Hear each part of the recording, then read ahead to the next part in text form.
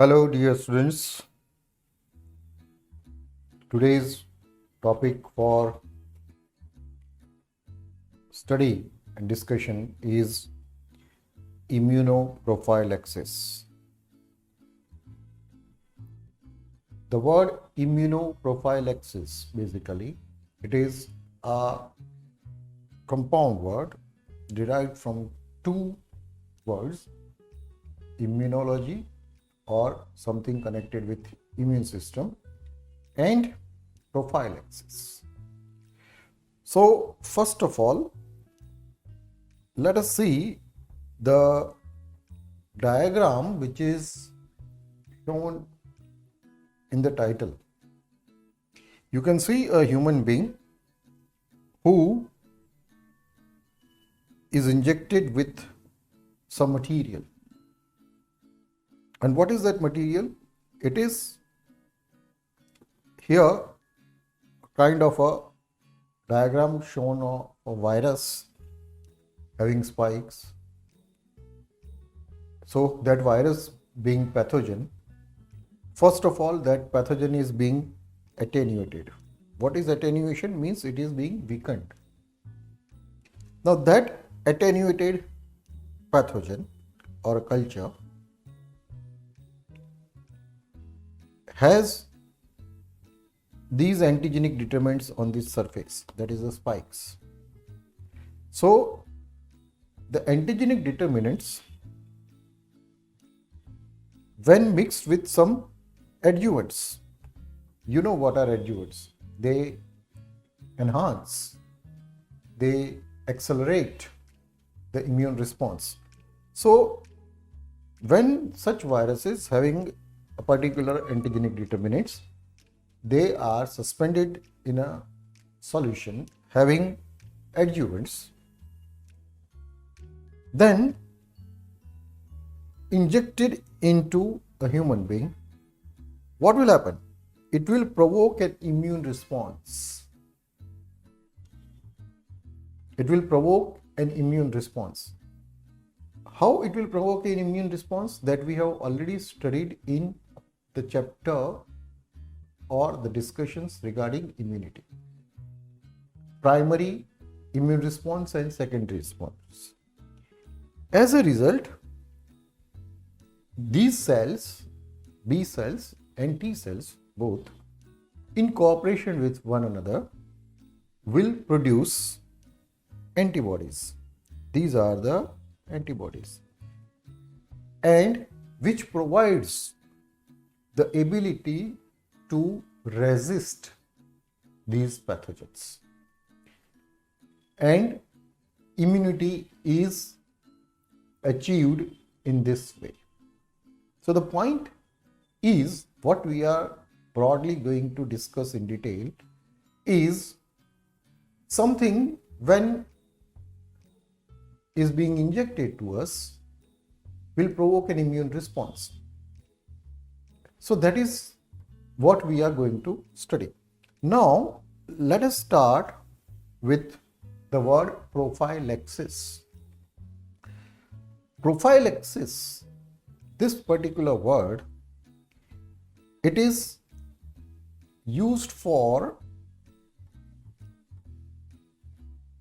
precautions or the steps which are taken before the onset of the disease, before the exposure of the host's body against a pathogen.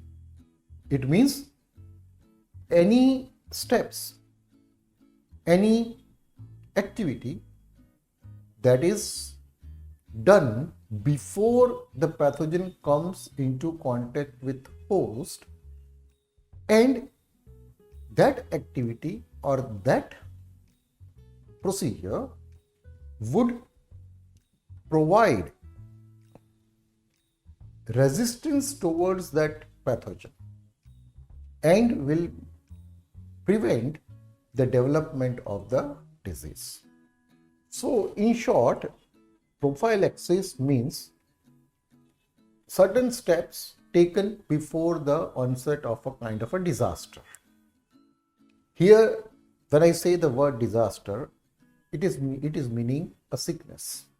So what you should do, what the host can do before the onset of the disease, so that the disease would not occur.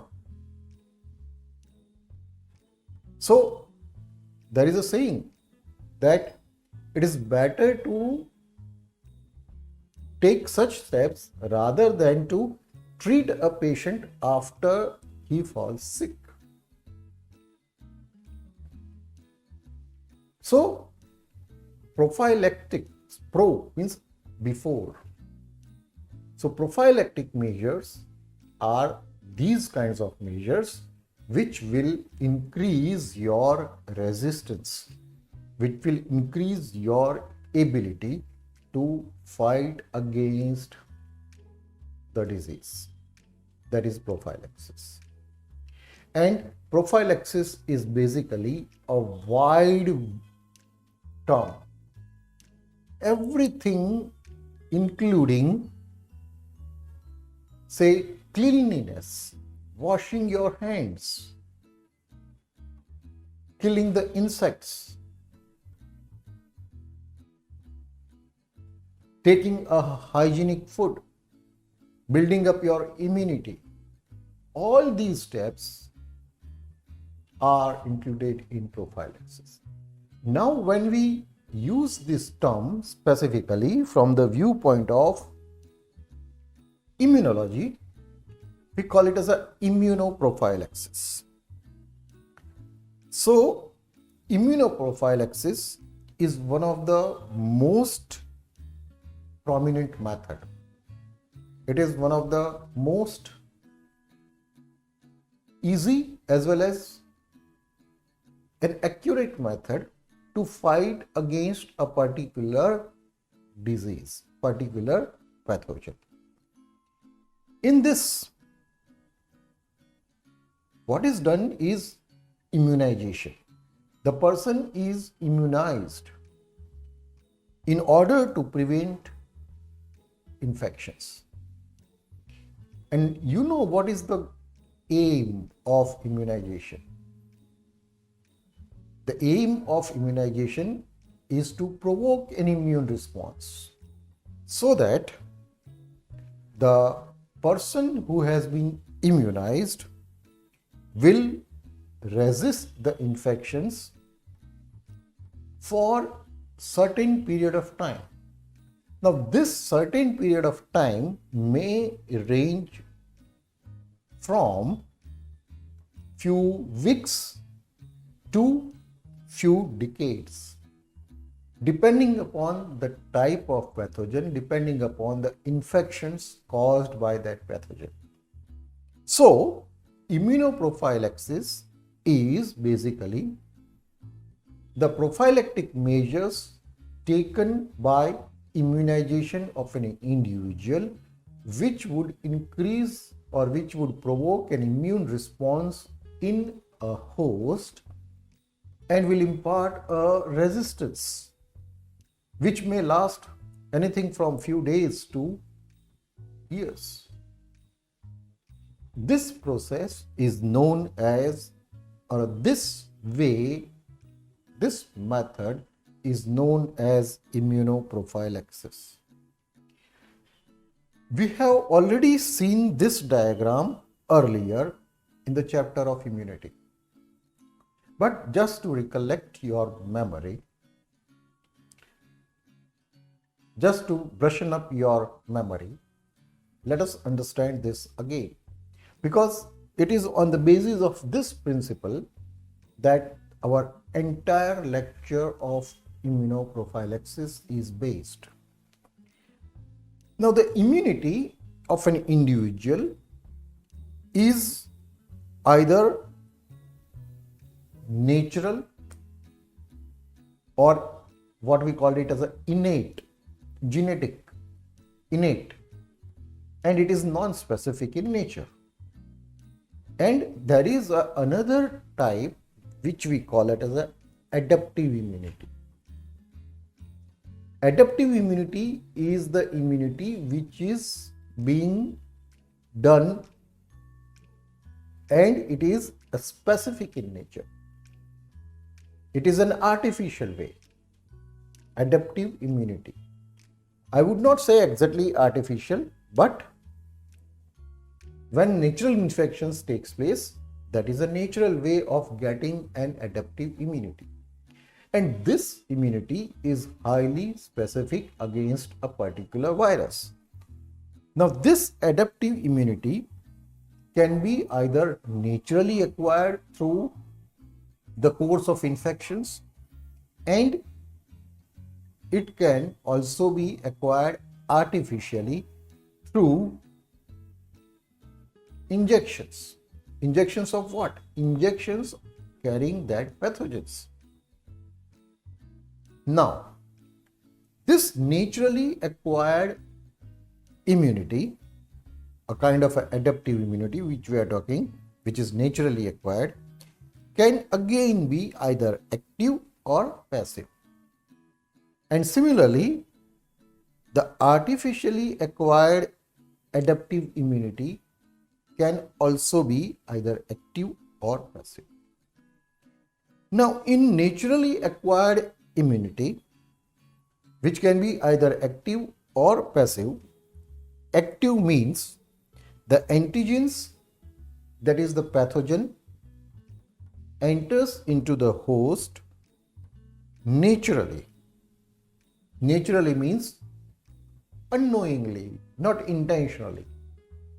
You acquire some pathogen in your body which would evade the non-specific line of defense and now has to face the adaptive immune response. So when such natural infections takes place, the body would react by producing antibodies against that pathogen. And these antibodies can be produced by certain specialized cells, specialized lymphocytes. That is an active. While in case of passive, which is naturally acquired, is the passage of such antibodies which have been formed in mother to a kid, to an infant, through placenta. So mother during a natural course of pregnancy, during pregnancy, acquires some pathogen and she would react by producing the antibody, and those antibodies normally of IgG type of immunoglobulin has the ability to cross placenta because it is a low molecular weight, and hence the child in turn would be immunized.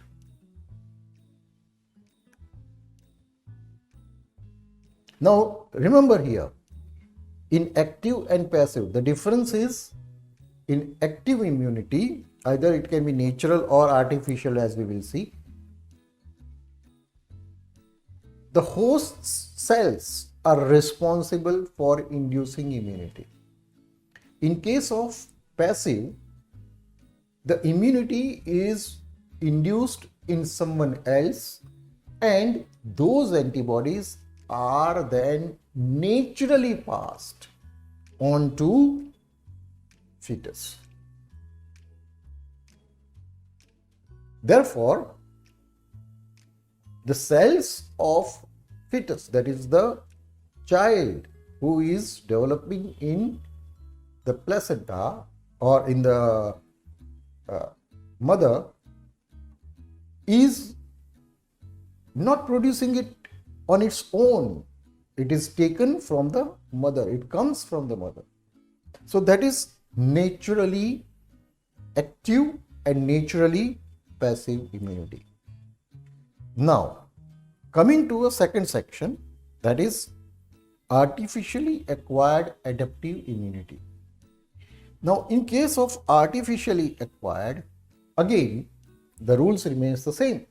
Active means the body cells of the host are involved in producing antibodies.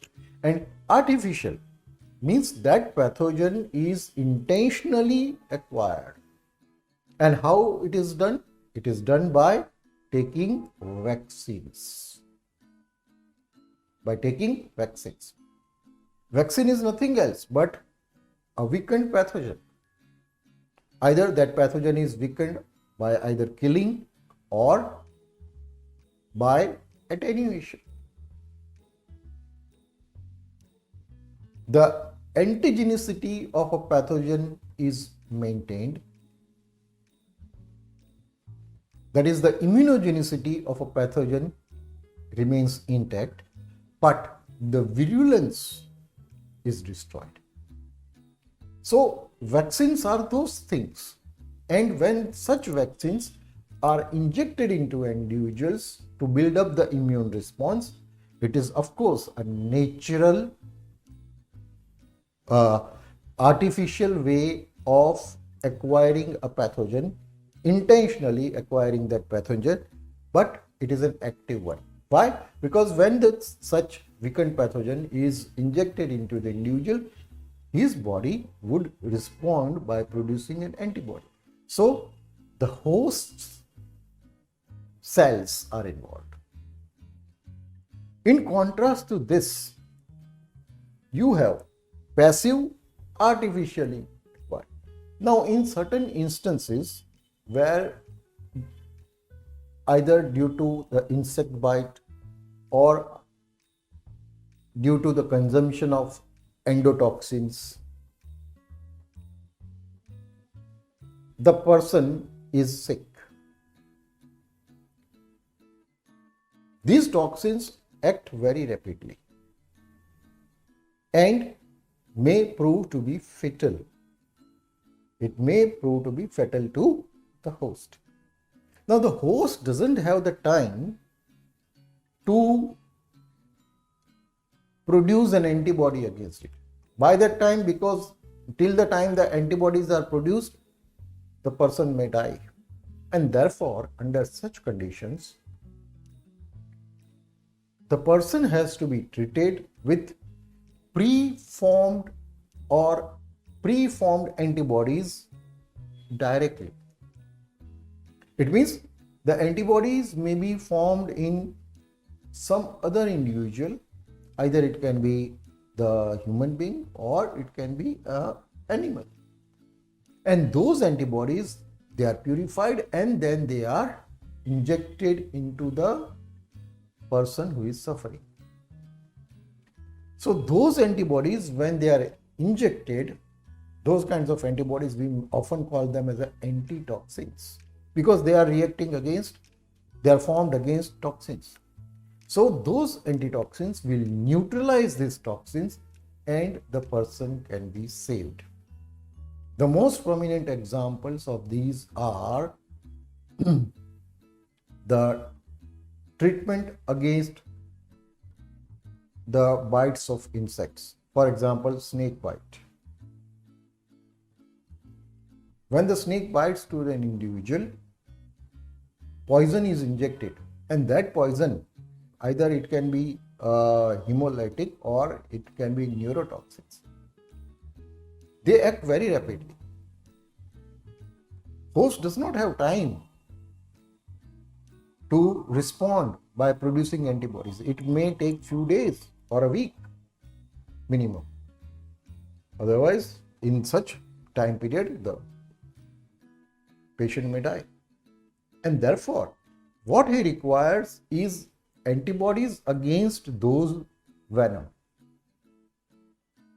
We call it as an antivenom or antitoxins.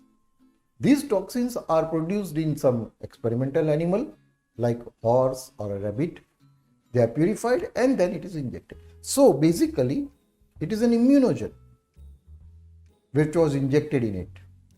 Who made those antibodies? It was the animal, horse, rabbit, guinea pig, whatever it is. That animal's lymphocytes were actively involved in producing those antibodies. Once those antibodies are produced, their blood is antibodies are separated, serum is separated from the blood of those such individuals. Antibodies are purified, and those antibodies are now ready to be used in the patient. When it is injected, it will neutralize those toxins. Now see here, the patient's cells were not at all involved in production of antibody, and that is why it is known as passive. In contrast to active, in which weakened pathogens, attenuated, killed pathogens were injected, and that allowed the host body to produce antibodies.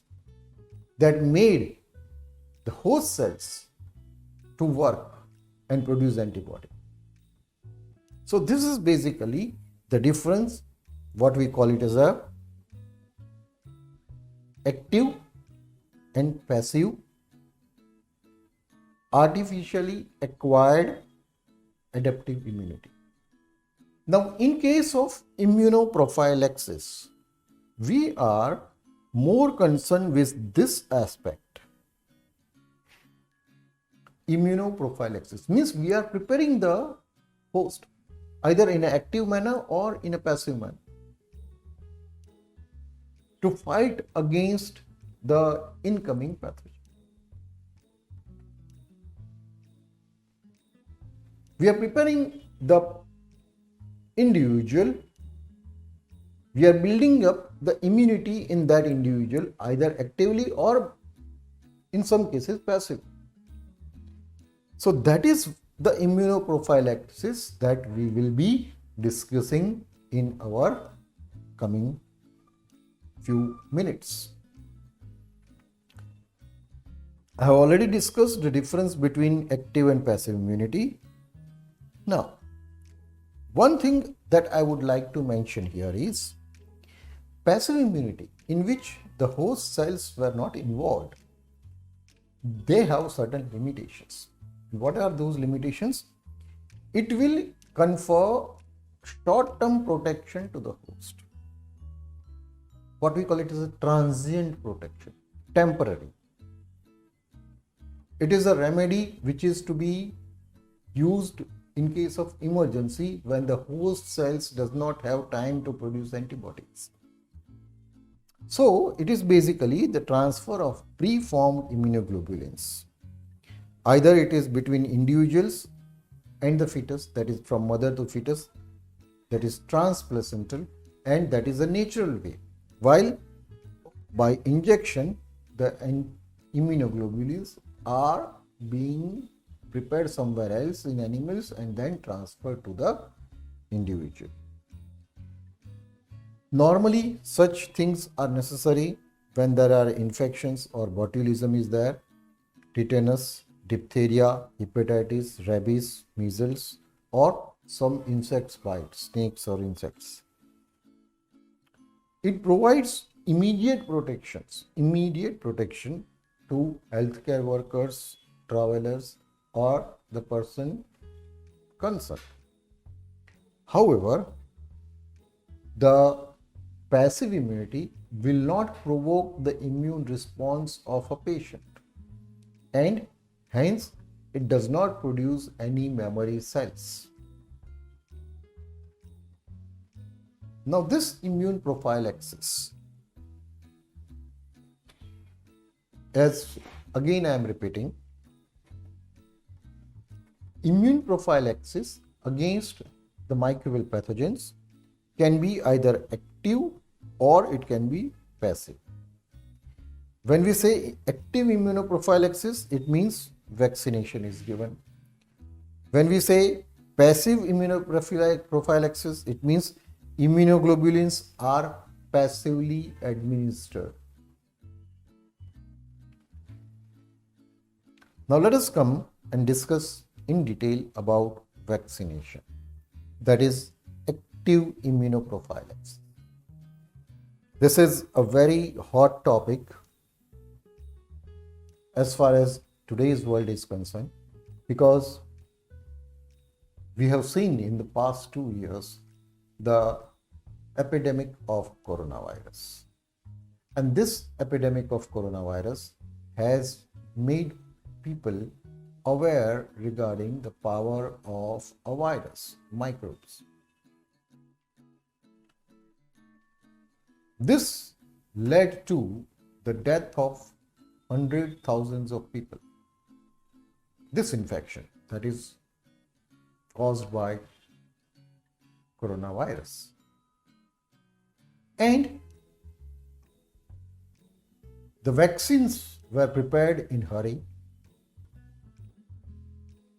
Permissions were granted. Emergency permissions were granted by the government concerned. And as a result, it was injected into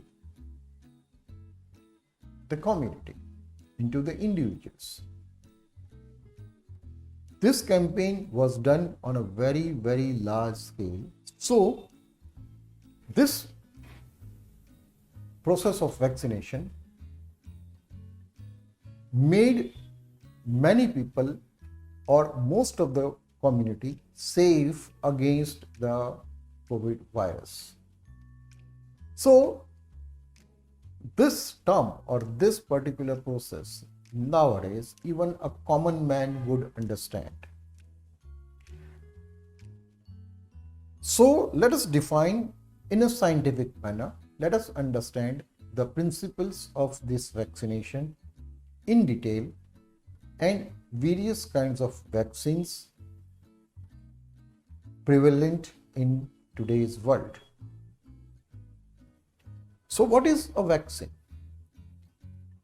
Vaccine is something which provides protection against a given disease. But what is that something? How will we define that something? What is vaccine?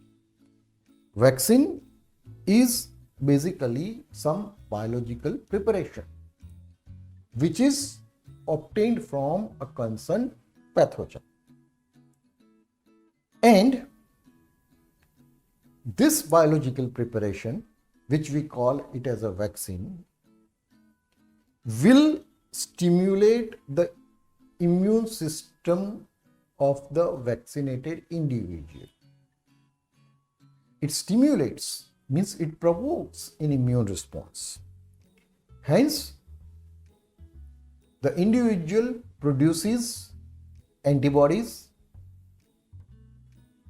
which kind of active immunity, because the body cells of an individual are involved, the lymphocytes of an individual are involved, and as a result those antibodies which are produced will provide an immunity, it will provide a resistance against any forthcoming pathogen of the similar nature.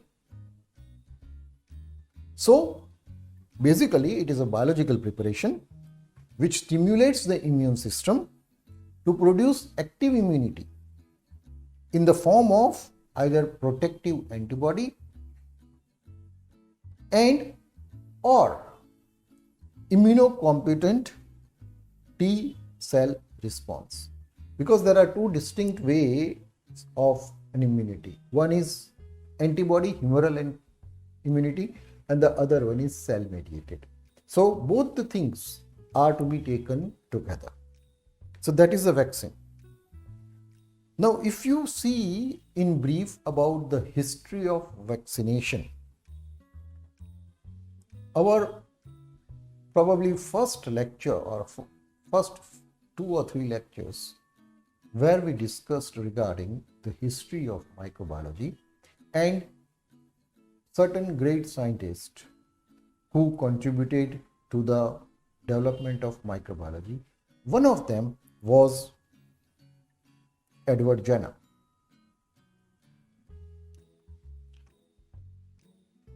The term vaccination was coined by Edward Jenner to protect individuals against smallpox disease. Smallpox was a dreadful disease before few centuries. Edward Jenner saw hundreds of people dying because of smallpox. Those who did not die, they were disfigured. He accidentally observed that milkmaid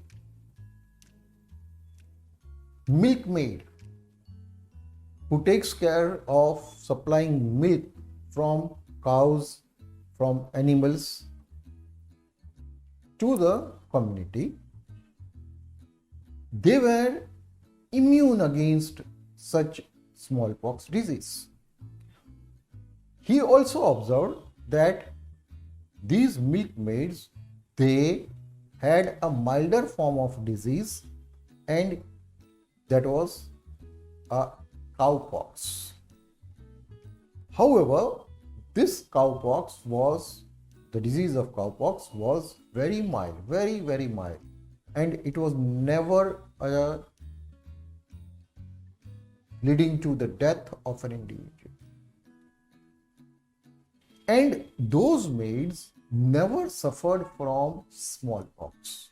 This was a very important observation, that milkmaids, they never suffered from smallpox. However, they did had in their early days infections of cowpox, which was extremely mild. Now, what made these milkmaids safe? Upon further investigation and observation, he found that because they had suffered from cowpox in their early ages, it made them immune. So, what he did was, he collected shingles, he collected the pustules from cowpox disease,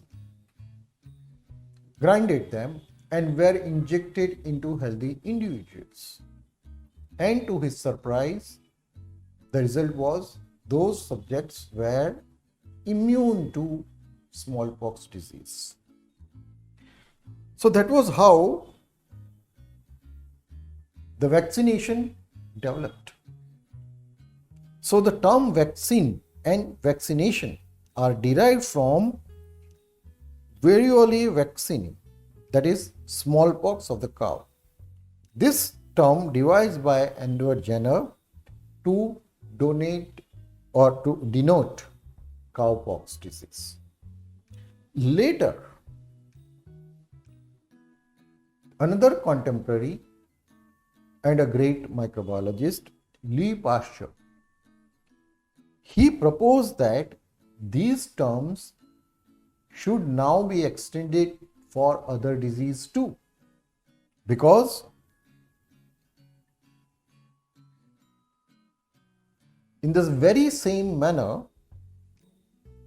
it provides protection to all other individuals. That is, the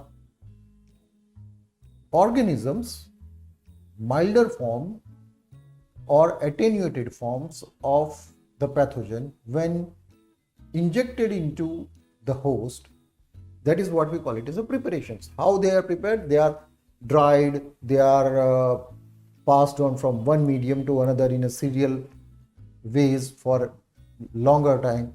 That would lead to the loss of virulence. They may be treated by heating, they may be treated by, that pathogen may be treated by using some chemicals. All these things, what ultimately led to, that is what we understand now, or how we can explain, is it led to the loss of virulence, but the antigenicity remained as it is. The immunogenicity remains as it is.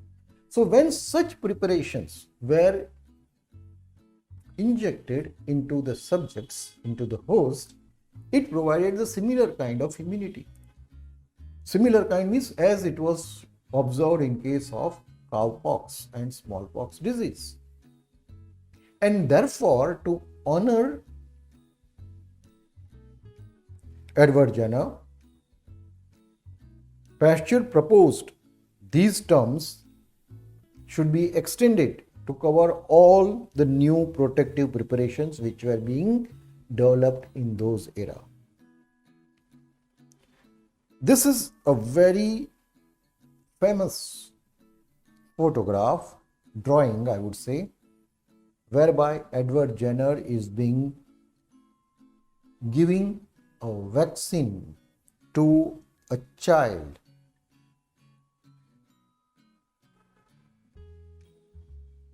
Now, let us understand in detail. Now you know what is vaccination, why it is given. Now let us study certain details regarding vaccination and vaccines.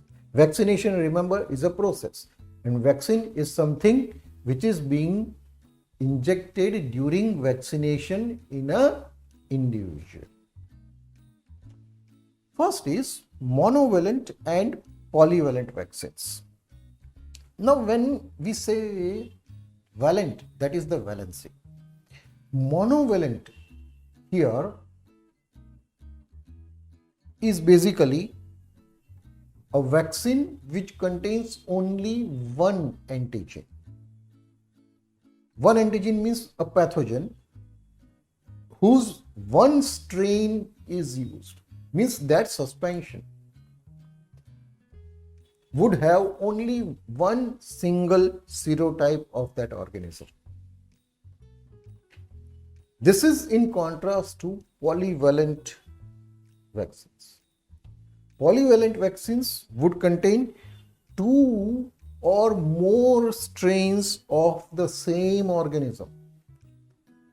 Remember, the organisms have different strains. Single organisms may have different strains. So, polyvalent contains two or more strains of the same microorganisms. For example, trivalent influenza vaccine and polio vaccine. Let me elaborate this particular thing about polyvalent vaccination in today's context. See, we are hearing that corona is getting mutated. The original version of the corona, or I would say original organism of COVID-19, which was discovered in Wuhan, from where it spread into the entire world, scientists at a later stages developed certain variations in that virus. The virus was the same, coronavirus, but then it was given different names: alpha, beta, gamma, like that. The numbers are also there, like say beta 1.197 dash or dot this. I'm not exactly speaking about that variant, but this is how they are being given. Now, if there are certain changes due to mutation, then that would be the same virus but with a variation. Strain will change. And the time when I am giving you a lecture, in the last 15 days, scientists have discovered another variant, which they have named it as a Omicron, or some people call it as a Omicron. So this Omicron virus is basically the same COVID virus, but it has got more than 50 mutations in the genome of COVID-19 virus. Out of these 50 mutations, 35 mutations, almost 35 mutations are related to its spike proteins, which are basically very much responsible for the attachment to the host cells. Now, because of such large number of mutations, this particular strain of virus was named as a Omicron, and was designated a particular number. This strain is believed to be very fast moving, that it spreads at least 10 times more faster than the Delta variant. And that is why World Health Organization has named it as variant of concern. So this Wuhan virus, COVID virus, originally discovered in Wuhan, has undergone several mutations, and these are different strains. So polyvalent vaccine would have more than one or two strains together. Now why it is necessary? Because when we had probably half of the world have been vaccinated, more than 70% of India has been vaccinated against Delta virus, many scientists believe that this vaccination might not be effective against Omicron variety. Why? Because the antibody produced by Delta virus, they are different. They are not specific. They are specific for Delta virus.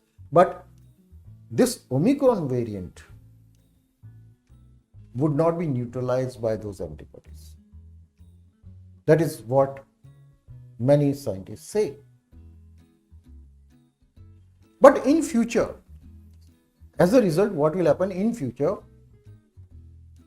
Pharmaceutical companies and scientists will have to have a vaccination against Omicron variety.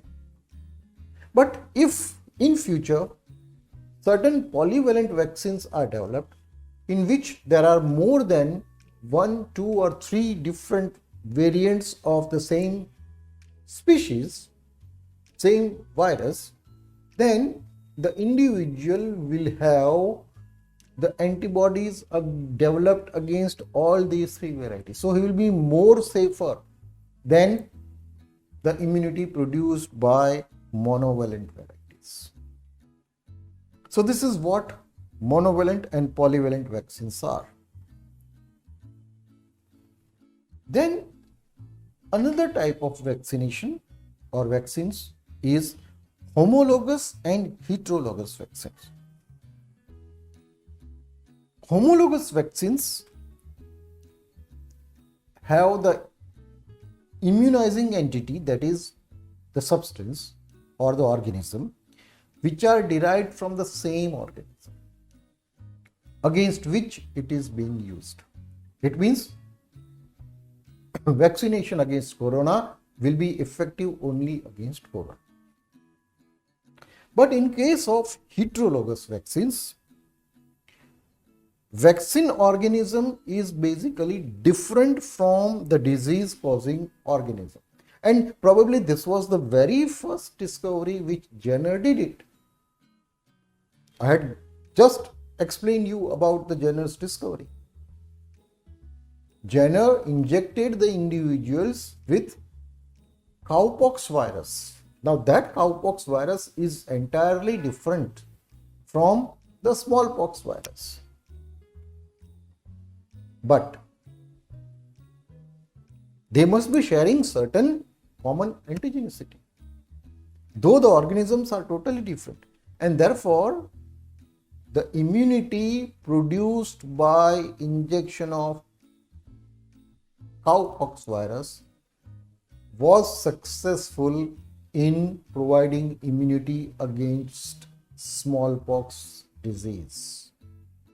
So heterologous vaccines are where the vaccine organism is different from the disease causing organism. example, which we now know as Jennerian vaccines. Jennerian vaccines, named after Jenner, Edward Jenner.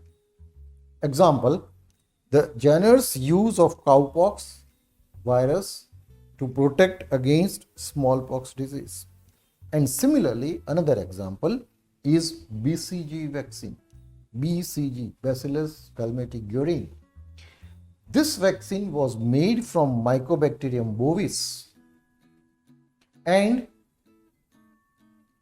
it provides protection against tuberculosis caused by Mycobacterium tuberculosis.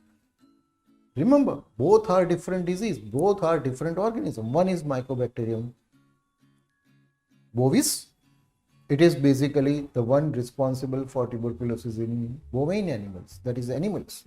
While Mycobacterium tuberculosis is the one which produces protections in human beings, or it causes Mycobacterium tuberculosis causes the disease in human beings as TB. But if we take the preparations, biological preparations, which were prepared from Mycobacterium bovis, it will impart immunity against Mycobacterium tuberculosis. So these are known as heterologous vaccines. Now let us understand in more details regarding various different types of vaccines which exist today. First, live attenuated vaccines, and the second one, inactivated killed organisms. Inactivated or killed. These are the two very popular and classical kind of vaccines. Here, the live attenuated organisms means organisms are living. Living organisms are injected. Living pathogens are injected. But they have been weakened. In case of inactivated or killed organisms, the organisms are dead. Therefore, it is very safe to use. Third type. Now, the remaining types of vaccines are considered to be the one which have been developed over the period of last 2-3 decades. Otherwise, the old kinds of vaccines, they were basically belonging to these two classes: live attenuated or inactivated kill vaccines. The third one is extracted or cellular fractions. Extracted or cellular fractions means the important fractions which was providing the immunogenicity or which is responsible for immunogenicity is extracted from that organism, fraction removed by disruption of the cell. That portion is retrieved and then only that portion is infected. It would produce the same effect as it is in case of inactivated or killed organisms. Third one is toxoids. Toxoids.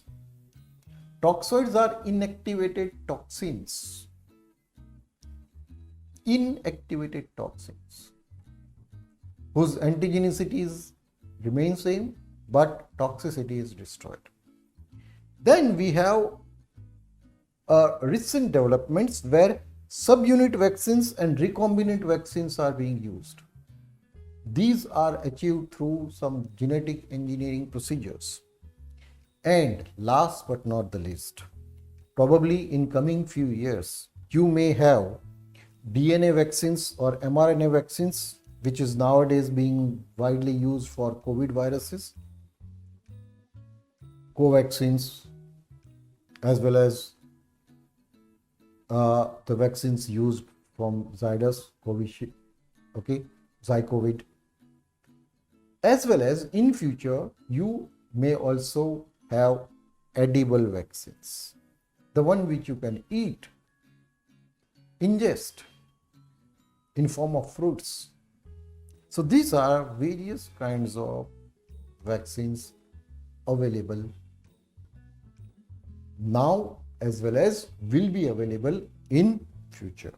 Now let us understand about live attenuated vaccine. What are live attenuated vaccine? When I say live, it means they are living. Now this word attenuation is basically something which is what we call it as a weakening, crippled or weakened. In what sense? These organisms, they are live, but they have been weakened or crippled as far as their virulent power is concerned.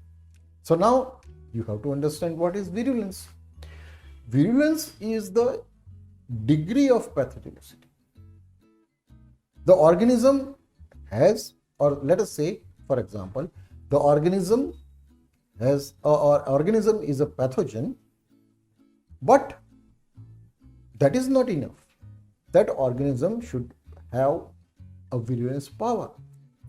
For example, Streptococcus pneumoniae. One of the most important virulence factor for Streptococcus pneumoniae is the possession of capsule, an outer layer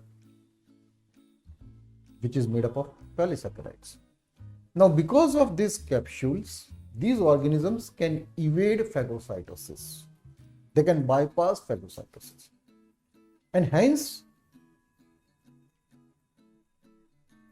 that organism is capable of causing pneumonia. There are many, a dozen or more virulence factors. Some organisms employs 2, some employs 3, some employs 5, like capsules, like pili, various enzymes, hyaluronidase, hemolysins, leucocidins, all those things that adds to the virulence power. So the point which I want to stress here is that organism can be a pathogen, but it needs to be a virulent. If it is not virulent, no disease would take place. Or the disease, if at all takes place, it is a very mild. Now, the vaccines which are belonging to this class, live attenuated vaccines, organism is live. Organism is living, but it has been crippled. Now, what is to be destroyed? That virulent power is to be destroyed. And this can be achieved by different ways. One of the very common way is by passing the organisms serially through different media in the laboratory, or passing the organisms serially through a foreign host. Foreign host means which is not a natural host. Natural host can be human beings, but foreign host can be guinea pigs. So if you inject in one guinea pig, from there inject into second, then into third, into fourth, and by the time such 5-7 transfers are given, the organism isolated from the 7th transfer would be crippled, because now it has adapted to grow itself into unnatural host, foreign host, and forgets about the original human body. So that is attenuation, one way, by passing it serially through foreign host. Even by passing it through certain laboratory media, by giving a serial transfer from one medium to another, to next, that would also attenuate the organism. Another way is by treating the organisms or growing the organisms in presence of some inhibitory compounds. Organisms will be living, but that inhibitory compound would weaken the things. So such kinds of organisms are now called live but attenuated, and they are a very good source of vaccines. In short, immunogenicity is retained, antigenicity is retained, but virulence power is lost. Examples of live attenuated vaccines include, say, BCG vaccines in case of bacteria, BCG vaccines, typhoral vaccine, that is vaccine against typhoid, and typhus. Remember, typhoid is caused by bacteria and typhus is caused by rickettsia. In case of viral, the list is very long, like measles, mumps, rubella, influenza, chickenpox, oral polio vaccines, rotaviruses, yellow fever, hepatitis A, and Japanese B encephalitis. They are all live attenuated vaccine.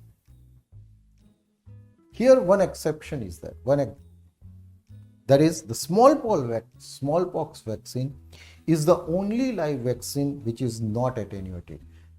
The reason is very simple, because the smallpox vaccine basically uses a heterogeneous organism, that is the organisms of different types, that is the cowpox viruses are being used. And you know, the cowpox viruses, they cause a very, very, very milder form of disease, that is called cowpox. The non-pathogenic cross-reactive vaccinia virus of cowpox virus were used to vaccinate against smallpox virus, that is variola. Remember, what is important here is the non-pathogenic cross-reactive vaccinia virus. Non-pathogenic means this one. Cowpox virus, basically they were non-pathogenic. Non-pathogenic means very mild form of symptoms would be observed. Directly you can say non-pathogenic.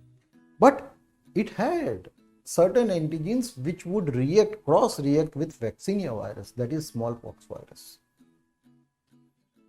They do have certain common antigens, and therefore they would produce antibodies. Vaccination against cowpox produces antibodies which are capable of reacting with smallpox vaccines. Now this vaccination has been going on for several decades, or for last 2 centuries, since the time of Jenner. As a result, we have been successfully able to erode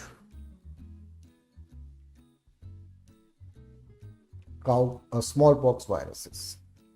No disease have been reported over a period of last few decades. So this kind of vaccination program was highly successful. Another one was polio, that we will see later. Now, what are the advantages of such live attenuated vaccines? The advantages of live attenuated vaccines includes, it is a more potent immunizing agent compared to killed vaccines that we'll study later. Means, as compared to killed vaccines, this is better. Definitely it is better. The reason, for example, why it is better? Because the live organisms, since they are living, they can multiply in the host. And when they can multiply, the result would be the dose of that organisms would increase in the injected individuals. Suppose if I inject few thousand organisms in a host, those organisms, because they are living, they would utilize the host nutritions and would multiply. And ultimately, when they multiply, the number would increase, and therefore the dosage of organisms would subsequently be higher. Second, it retains all immunogenic component, that is, the antigenicity is totally intact. Immunogenicity or immunogenic components, either it can be minor antigens or major antigens, that would remain intact, and hence it is also capable of inducing mucosomal immunity by stimulating secretory IgA antibody produced at the local mucosal site.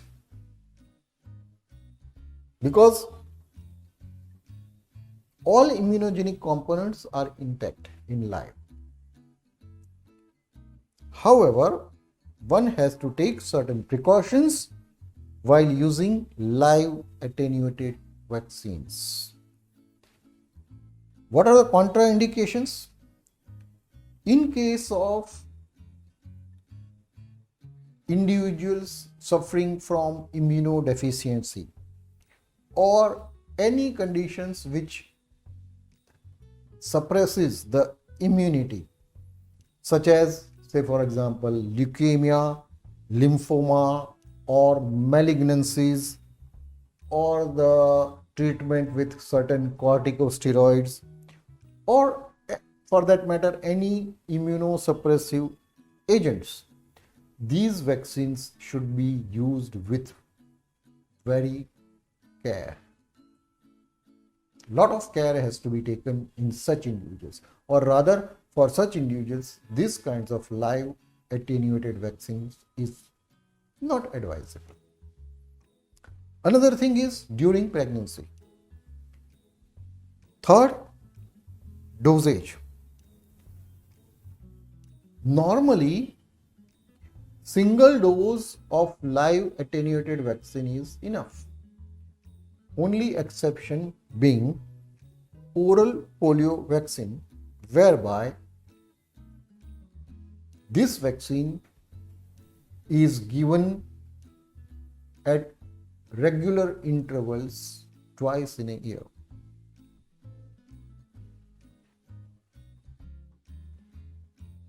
Other kinds of precautions when live attenuated vaccines are being used is when two live vaccines are required to be given, they should be done at two different sites in the body at least 3 weeks interval. You have to give certain time period, that is minimum of 3 weeks. An important consideration while using live attenuated vaccine is the risk of gaining virulence. Again, since the organism is living, it might be possible, remotely possible, that the attenuation of the live vaccine may gain certain mutations, as a result that virulence power is achieved back due to certain mutations or due to certain adaptations.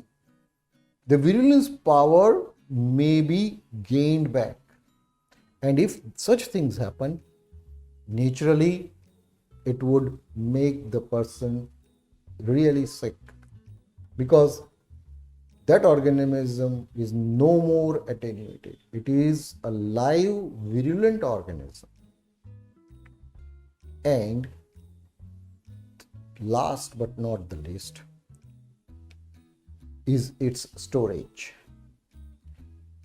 Live organisms are there, and therefore these kinds of vaccines are to be stored very carefully to retain its effectiveness.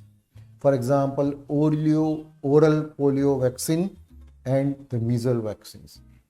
It requires, as per the guidelines, to be stored at a low temperature.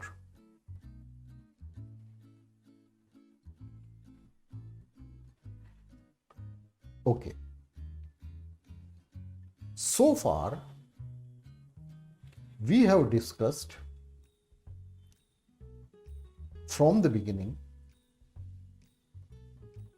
what is prophylaxis, what is immunoprophylaxis, how immunity is developed by what we call two types, that is active and passive. It can be natural active or it can be artificial active. Similarly, it can be natural passive or artificial passive. Then we discussed the various different types of vaccines.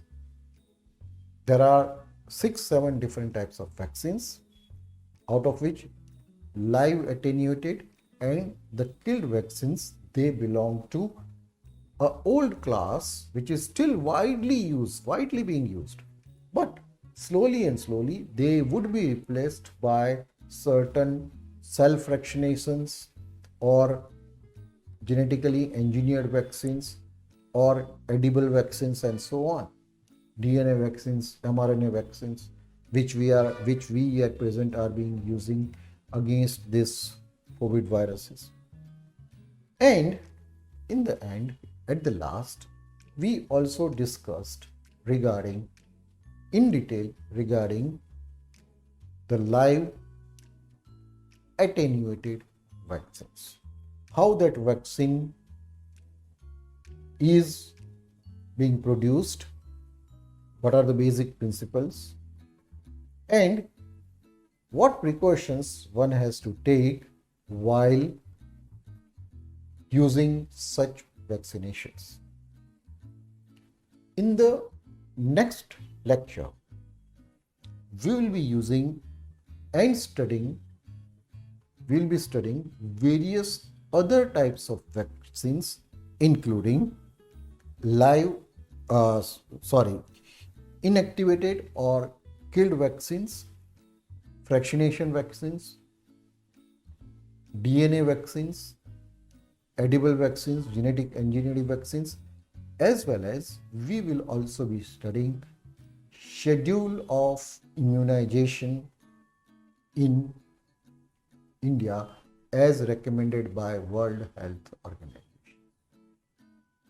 So let us stop the immunoprophylaxis part 1 at present. Next time we are going to continue with part 2 of immunoprophylaxis.